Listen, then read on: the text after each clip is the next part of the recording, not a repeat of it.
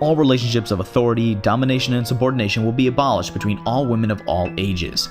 We will be able to recognize each other's strengths, expertise, guidance, and capacities, or lack thereof, without it implying superiority, inferiority, veneration, or lack of respect. We would find each other beautiful. We would live our friendships, love, and affection for women unhindered. I also want to point out that the various spelling errors that you see, such as the word recognize being spelled wrong, are part of the original blog post, and I am merely posting them verbatim for the sake of posterity. Also, it helps because it makes them look like an idiot, but, you know, I'm here nor there on that. But let me get this straight. If this is true, as in no woman can demand that another woman does something because no more relationships of authority, then why would they ever listen to what you have to say, assuming that you are the one who instigated this entire plan? Why would they follow your inane and preposterous set of rules? What if they don't want to recognize the strengths of others? Have you ever considered that some women are just mean people? Have you thought that there are those who don't want whiny, blogging college kids to dictate how their lives have to be? Maybe they don't want you to be making these decisions where they rip the men from their lives away from them and send them to sheds in fucking Texas. Also, if you find each other beautiful, that means that you have to think that all women are beautiful. That completely destroys the idea of a standard or measurement. Some women are called beautiful because others are not. That's how you make comparisons to things. Like, you can't say that someone is tall unless he is taller in comparison to other people. You don't have that. If everyone's called tall, then nobody is tall. If everyone is beautiful, then no one is beautiful. How can you strive to do this? Because some women take pride in their looks. But if someone like you comes along and says that an obese woman is equal in their quality of attractiveness to a really pretty model who takes pride in their looks, it'll just make the model feel confused and upset. It will also make the obese woman not want to improve their health because she thinks she's fine as is. Oh, and I know, you're fat shaming! Fucking sure I am. I am sorry that my concern for someone's health is apparently me trying to degrade them as a human, or that my desire to respect people who work hard to look good is apparently a fucking patriarchal construct or whatever the fuck. Not to mention that you say your love will be unhindered. What happens to women who don't love you? What if they don't call you all beautiful? Do you kick them out? Do you punish them? They are clearly ruining your utopia, which somehow runs with half the workforce it used to, including presumably infrastructure and internet-based utilities still running. Do you have any idea how logistically flawed your plan is? Because it's a lot. Like, holy shit. I genuinely think it would be easier and more cost-effective to send every conservative or Republican to the moon. You would like that, right? You clearly have disdain for anything that doesn't fit with your idea of love and witchcraft and swimming. Moving on. All oppressive male institutions will be abolished after men have been retrieved from them. We obviously won't keep these institutions. They'll return to the nothingness that they belong, just as a distant, bad memory. Okay, this ought to be good. Military. No more military, no more army, no more wars. It would be illegal for men to hold weapons. Global peace would be the immediate consequence. Most weapons will be destroyed or cycled into something else, such as weapons of mass destruction, anti-personnel mines, tanks, machine guns, all manners of terrestrial, marine, and air bombers, and all of the many disgusting things that men have invented. For the remaining weapons, such as guns or blades, women will hold exclusive right of use over them in order to defend ourselves from men, from the risk of them taking power over us again. So, apparently the authors never considered the benefits of an army. Like, the Holocaust was stopped because outside armies stopped the Nazis. I shouldn't need any more examples beyond that. We used guns to shoot the Nazis until they gave up. Thus, we stopped the Holocaust from continuing with guns. I also want to point this out. If you have all of the women holding all of the guns, which apparently you say guns and knives, which don't include machine guns, apparently, and you have all of them, and you defend yourselves from men, presumably on that Texas border I mentioned, wouldn't that be considered a small army of women owning guns to defend themselves? Or at the very least a militia? Wouldn't you have to abolish that and therefore make sure that they can't be, at the very least, organized? Wouldn't that be very bad, as in, what if a group of, say, 100 men storm a single female house on the border, and because you can't possibly go 1 against 100 and survive, even if most of them or some of them get killed, they'd eventually be able to attack you and take your gun. If they're not organized in a militia, you wouldn't be able to say, I don't know, alert the other people on the border and get some sort of force together, like a SWAT team to come and kill all these rebelling men. I don't think you'd be able to do it because you don't have the fucking organization to put this stuff together. And it's just a mess. I also want to ask this. You say that world peace would occur, but have you considered that some nations of women that are left don't want you to take all the men away? Consider the majority Islamic countries.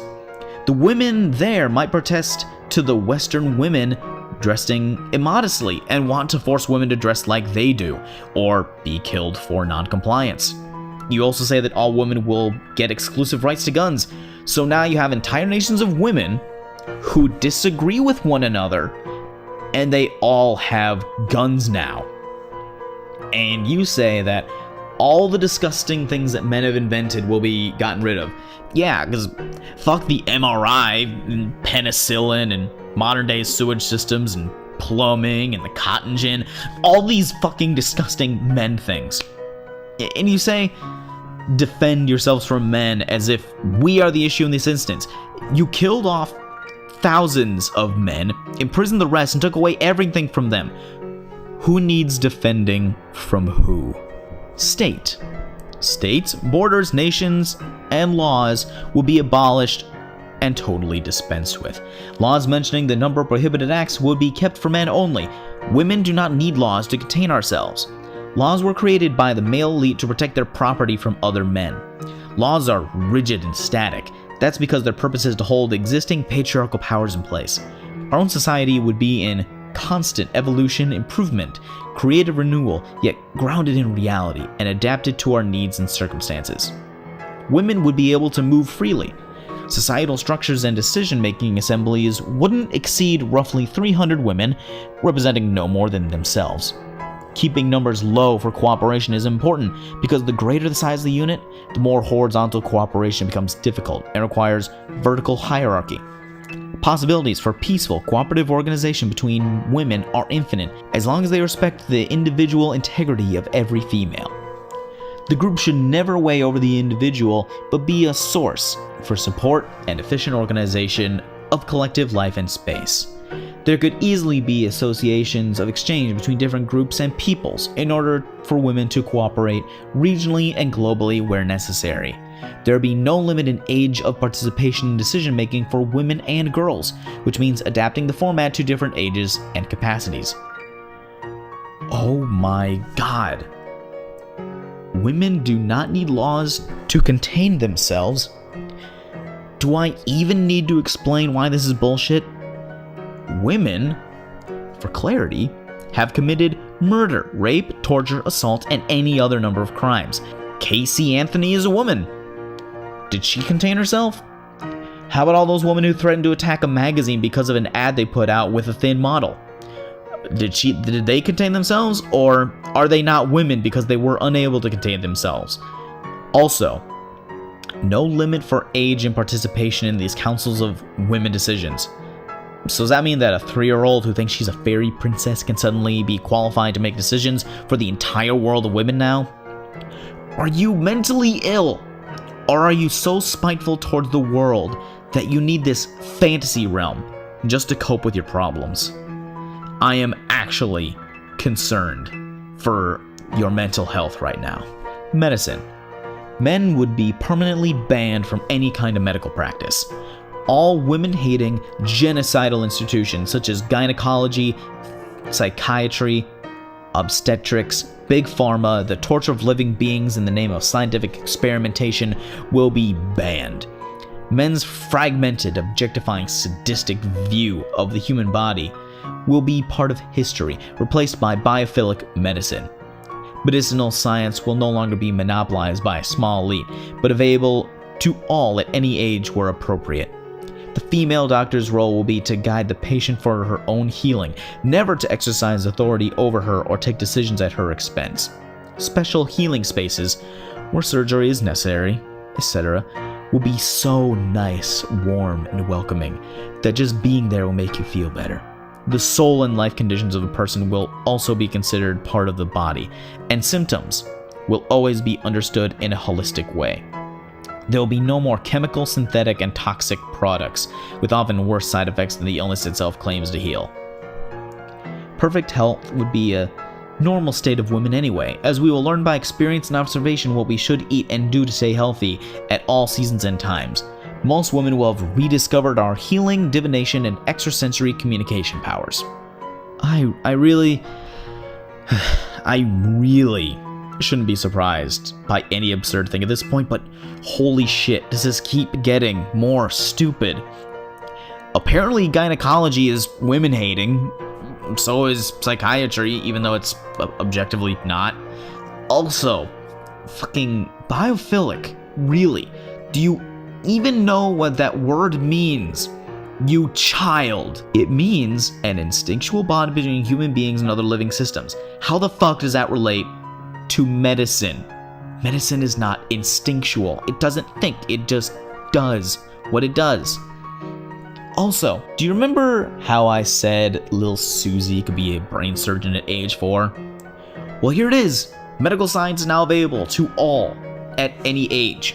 And hospitals, fuck them. They got special healing places where it's so nice that it makes you feel better by default.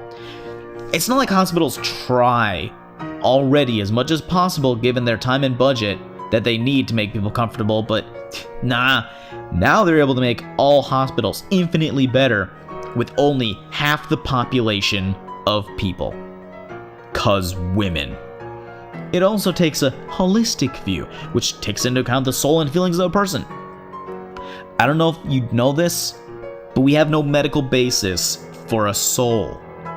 And what if a person's soul tells you that amputating that rotting arm of theirs wouldn't make her happy, so now she has to drag it around everywhere? You mentioned that you would never force someone to do anything they wouldn't do, so kids won't get medicine or vaccines, because needles hurt and cough syrup is yucky. No wonder you say that the population will reduce. You'll have 4-year-olds in the ER and nobody willing to bite the bullet and do what needs to be done. Medicine is fucking tough. It's emotionally draining. And you want it to be sunshine and rainbows.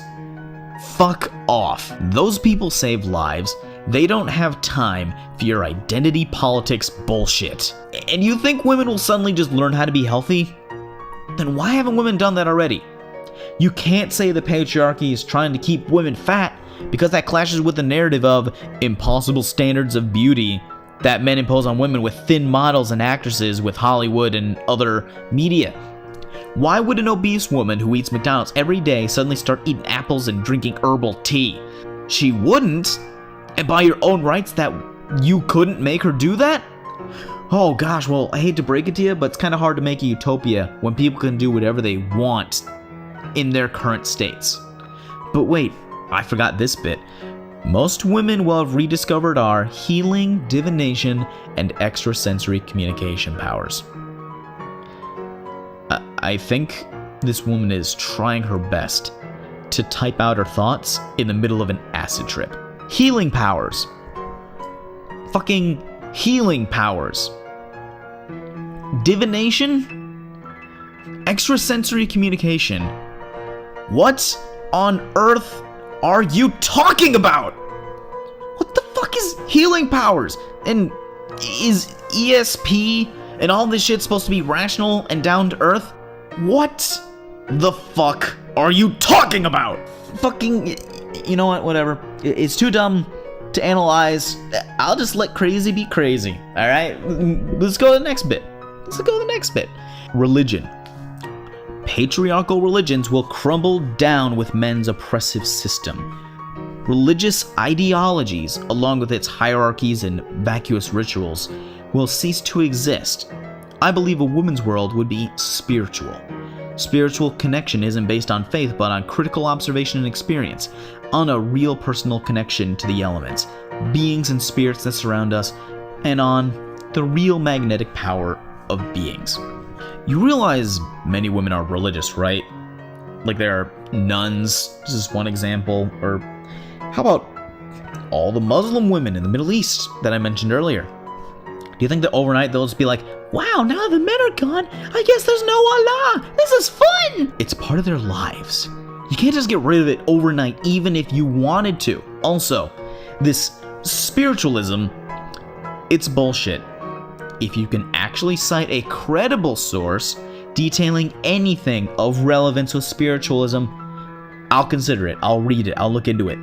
But as of this writing, I don't consider spirits and ethereal beings to be real or even documented with critical observation. It just isn't a thing. Plus, wouldn't your various spiritual beliefs be just as vacuous as the rituals you criticize with religion? How can you talk to spirits without a ritual? How fucking high were you when you wrote this garbage? Economy, tied to ecology. Obviously, slavery, men's exploitation of women, men's capitalist systems will be abolished too. The most important aspect of male economy is that it's based on men's competitive accumulation of resources by killing, destroying, commodifying, taking control over, extracting the greatest possible amount of life, and based on production of poisonous, addictive, programmed, obsolescent goods, in order to win the patriarchal game of achieving greater domination over women and girls. This necrophilic relationship to the world and the environment will be abolished, to be replaced by biophilic, ecological, and economic principles. This will encompass every single process of our life activities, from house building to food consumption to communication, traveling, furniture making, cooking, etc. They will have to be carefully designed and thought out in a way as to never endanger the survival of any species, never pollute any environment, never require the use of poisonous, non-recyclable materials, never to require indentured labor or exploitation in order to be maintained. This would obviously impact the nature and scale of our activities. Work, exploitation and division of labor, as we know it, would disappear. It would be the responsibility of each individual or group to sustain herself more or less autonomously. I don't think I have the time or patience to go over every single thing wrong with this, so I'll make it brief for once. You are on the internet, which uses electricity and other resources that take a lot of energy and are part of electronic pollution. Same with phones and many other technological aspects of your life, such as planes. If you abolish these things, you will have no way to communicate with people, no way to establish the woman world that you want. Not to mention that saying everyone is autonomous means that everyone would need to live in an area that provides everything for them. They can't live in a desert because there'd be no food, so it would always be places that you would need to farm. Farming takes a long time to do on your own, so you would have to eat existing food, which was made by the patriarchy, by the way, or hunt for food. But you hate to hurt animals because you don't want to harm any existing species, so you would starve. Congratulations, feminism, you killed all the women in the world.